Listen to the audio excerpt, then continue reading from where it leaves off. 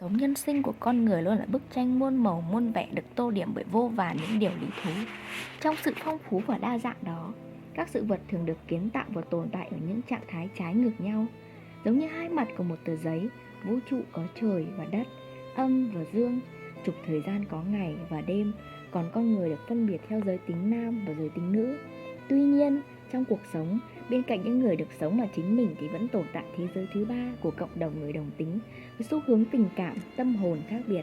Mặc dù đây là chủ đề không mới, nhưng trong xã hội Việt Nam, người đồng tính và tình yêu đồng giới vẫn phải chịu đựng ánh mắt soi mói, cách cư xử thiếu tôn trọng, sự kỳ thị từ những người xung quanh.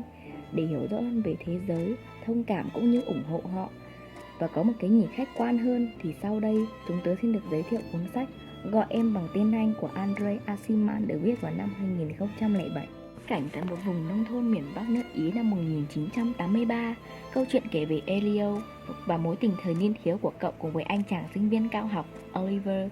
Mối tình ấy chỉ vỏn vẹn kéo dài trong vòng 6 tuần, vừa non nớt vừa thầm lặng, nhưng đó cũng chính là quá trình giúp Elio bước trên con đường tìm được bản thân và trưởng thành từng ngày. Cả câu chuyện tràn ngập cái nắng mùa hè qua từ những diễn tả quan cảnh thơ mộng của nước Ý. Nếu dành ra 2 từ để miêu tả tác phẩm này, tôi chỉ có thể cảm thán nói rằng mùa hè và quyến rũ. Mở đầu cho câu chuyện tình yêu, Oliver lần đầu xuất hiện với vẻ ngoài phóng khoáng đậm chất Mỹ, đặc biệt là anh hay dùng từ gặp sao để kết thúc cuộc trò chuyện. Đối với Elio, một cậu bé 17 tuổi thông minh, thì ấy giống như sự thiếu tế nhị biết nhường nào. Oliver để lại cho cậu một ấn tượng không mấy đẹp đẽ, nhất là khi anh đã nhiều lần dùng cách này để trò chuyện cùng cậu, mà điều này như dội nước lạnh vào một cậu trai trẻ đang trưởng thành và nhạy cảm như Elio. Nhưng cũng chính điều này khiến Elio phải lưu tâm. Cậu cảm thấy Oliver như thể có ác cảm với mình. Đối với một chàng trai vẫn chưa tiếp nhận sự cọ sát xã hội thì rõ ràng hành động ấy, dù hữu ý hay vô tình, vẫn khiến Elio cảm thấy thiếu an toàn và không thoải mái. Vậy đã làm Elio đặc biệt chú ý đến anh chàng Mỹ Oliver nhiều hơn. Kể từ ngày đầu tiên anh ở lại nhà cậu, Elio đã quan sát anh, ngắm nhìn anh trên bàn ăn, trông thấy sợi dây chuyền ngôi sao của người Do Thái. Cậu bắt đầu suy nghĩ về điều này, bởi Elio cũng sở hữu một sợi dây chuyền giống vậy, như thể giữa anh và cậu bắt đầu xuất hiện một mối liên kết khó nói nào đó. Kể từ ấy, Elio cảm thấy tâm tư bản thân dần dần hướng đến Oliver, nhẹ nhàng và chậm rãi mà chính Elio cũng không hề hay biết. Cậu ngờ vực trái tim mình, thắc mắc chẳng biết điều ấy bắt đầu từ khi nào. Trả lời lại sự nhiệt tình của Elio, Oliver tỏ ra hời hợt, tránh né và lại dùng có lẽ để sau để kết thúc cuộc trò chuyện với cậu. Nếu ban đầu Elio đối với những lời nói này là sự khó chịu, khó chấp nhận, thì giờ đây với cậu ấy là nhát dao, là thủy tinh rỉ và da thịt cậu là vuốt nhói xúc cảm cho Elio. Elio xuất hiện bằng tuổi trẻ nhiệt huyết cùng với tài năng và sự thông minh. Một thiếu niên 17 tuổi, cậu có thể chơi nhạc cụ thành thục, biên soạn nhạc theo phong cách của từng nhạc sĩ. Cả đoạn trích này như một phép thử. Elio muốn thử xem Oliver có thật sự ghét cậu như cậu đã nghĩ không, hay là cậu đã sai. Và có lẽ Elio đã có câu trả lời cho mình. Cậu biết Oliver thích đoạn nhạc theo phong cách của Bach, nhưng Elio đã chọc tức anh bằng cách khi bạn nhớ theo nhiều phong cách khác nhau.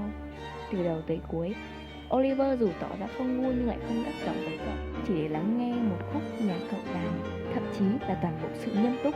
Cuộc đối thoại của hai người với cách nào đó thực sự là những lời tán tỉnh nhau, vừa nghệ thuật vừa hàm ý. Qua đây, Elio cũng trở nên bạo dạn hơn. Cậu sẵn sàng tỏ thái độ thách thức với Oliver để thăm dò tâm tình của anh, dám đùa giỡn với điều anh mong mỏi, và cậu dám đối mặt với anh, xem những khúc nhạc cậu đàn như món quà dành riêng cho Oliver. Như thể cậu đã hoàn toàn chấp nhận tình cảm của bản thân. Trước đó ta thấy Elio chưa thực sự đối diện với điều này. Trò chuyện này mà cả hai lại có thể quay lại như trước, và Elio cũng đã có được câu trả lời cho sự mông lung trước đây của cậu. Oliver chưa hề ghét cậu. Elio, Yes, what you doing? reading, No, you're not. thinking then. About? I was dying to tell him. Private, I replied, So you won't tell me? so I won't tell you. So you won't tell me? He repeated, pensively, as if explaining to someone about me. Elio mê đắm Oliver, nhưng chúng ta liệu có tưởng tượng rằng thực tế Oliver cũng mê đắm Elio không? Bằng chứng là qua đoạn đối thoại này, từng chút thể hiện rõ cho ta thấy anh cũng dành cho Elio những cái quan sát âm thầm. Nếu không, Làm sao anh biết cậu không hề chú tâm đọc? Oliver đeo cái kính râm, đâu có nghĩa là anh chỉ đang hưởng thụ. Có lẽ do lời văn qua giọng kể của Elio, nên ta chỉ thấy được tình cảm dạt dào từ phía cậu. Những nhận định về anh từ cậu, ta chưa thực sự đi vào nội tâm của Oliver. Chưa hiểu anh đang nghĩ gì, đang mong muốn điều nào, có giống điều cậu đang nghĩ hay không? Ta không biết, nhưng qua cuộc đối thoại kia, ta nhận ra ấy là sự quan sát song song.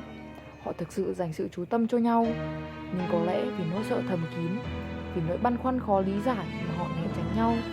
Elio chẳng dám nói cho Oliver nghe tâm tư của mình, và Oliver đã khao khát được biết đến mức nào. Khao khát lớn đến nỗi anh đã vừa như đang giải thích cho ai đó về Elio khi cậu không nói cho anh biết, như thể giấu đi sự thật rằng anh đã mong đợi được tìm hiểu Elio nhiều đến nhường nào.